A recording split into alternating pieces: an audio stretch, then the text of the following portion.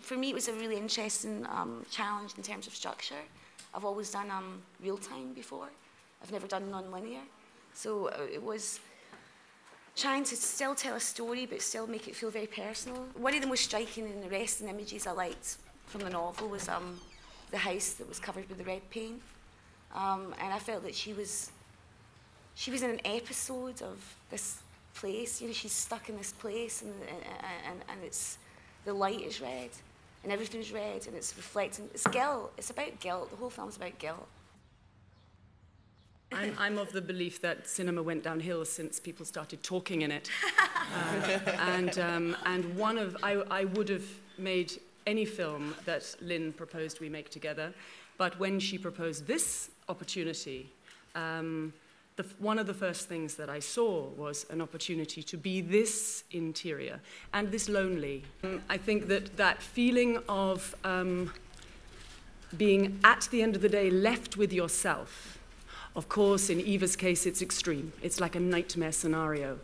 But it's not that far from the everyday experience of being a parent. So the lack of words and the feeling of isolation was, if anything, an easy thing in terms of the performance.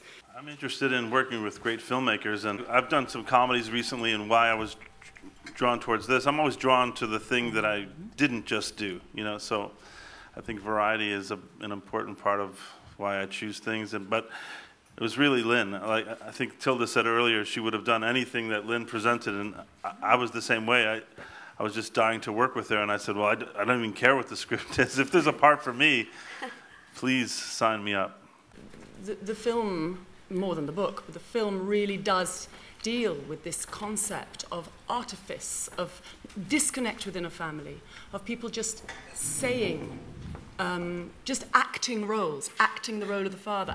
Hey, buddy, you know, where does that come from? I don't know, but there's obviously a cue card somewhere which says that that's what fathers say when they come home from work.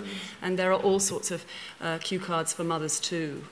And that feeling for Kevin, that they're all faking it, and he wants them to connect with him. He wants their attention. The first scene when she's holding the baby is screaming, and what is she doing? She's remembering what it said in some childcare book about smile at your baby.